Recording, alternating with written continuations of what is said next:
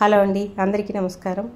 మనకి పచ్చి మామిడికాయలు దొరుకుతున్న టైంలో వీటిని ఎలా నిల్వ చేసుకోవాలి గుజ్జు రూపంలో అనేది చూపిస్తాను మీకు. నేను లాస్ట్ టైం కూడా చేశాను, చాలా రోజులు వచ్చింది, బాగుంది.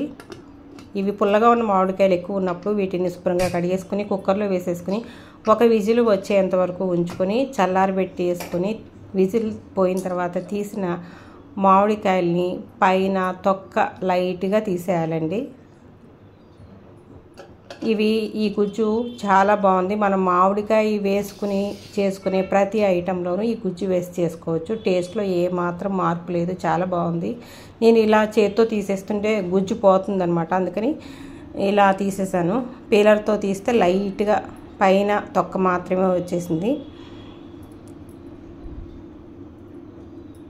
పప్పులో వేసుకోవచ్చు, ఇంకా చారు కూడా పెట్టానండి, ఎంత బాగుందో అసలు.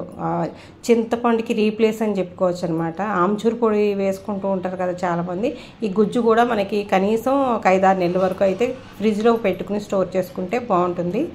ఇప్పుడు మొత్తం అన్ని తొక్కలు తీసేసిన తర్వాత చూడండి ఎంత ఈజీగా వచ్చేస్తున్నాయో.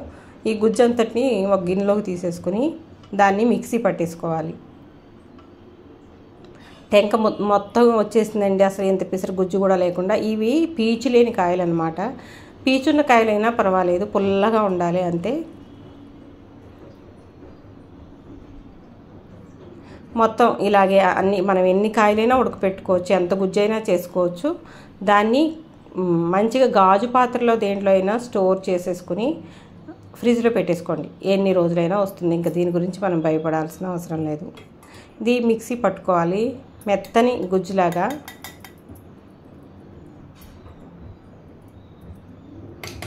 నేను 2 సార్లు పట్టానండి, ఒకసారి అయితే మెత్తగా అవుతుందని చెప్పేసి ఇలా 2 సార్లు మిక్సీ పట్టుకుని చూడండి ఎంత మెత్తటి పల్పులాగా అయిపోయిందో.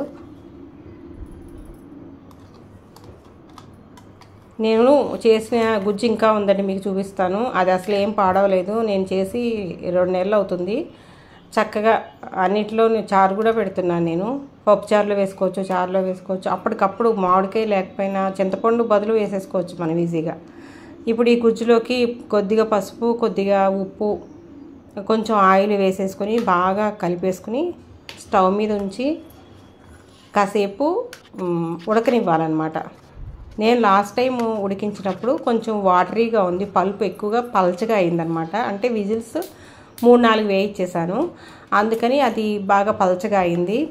ఒకవేళ పల్చగా అయినా పర్వాలేదు, మనం స్టవ్ మీద పెట్టుకుని కలుపుతూ తిప్పుతూ ఒక 5-10 నిమిషాల పాటు ఉడికించుకుంటే సరిపోతుంది. దాన్ని చల్లారి పెట్టుకొని గాజు పాత్రలోకి తీసేసుకుని స్టోర్ చేసుకోవచ్చు.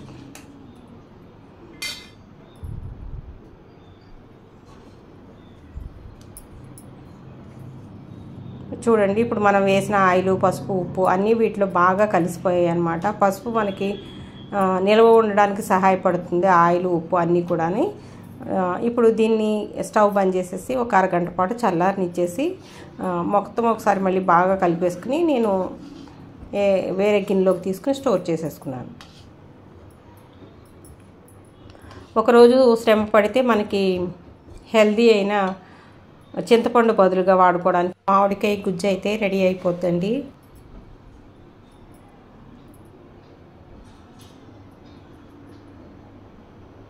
అంతే, చాలా ఈజీ అన్నమాట. దీన్ని శుభ్రంగా ఫ్రిడ్జ్లో పెట్టేసుకోవచ్చు.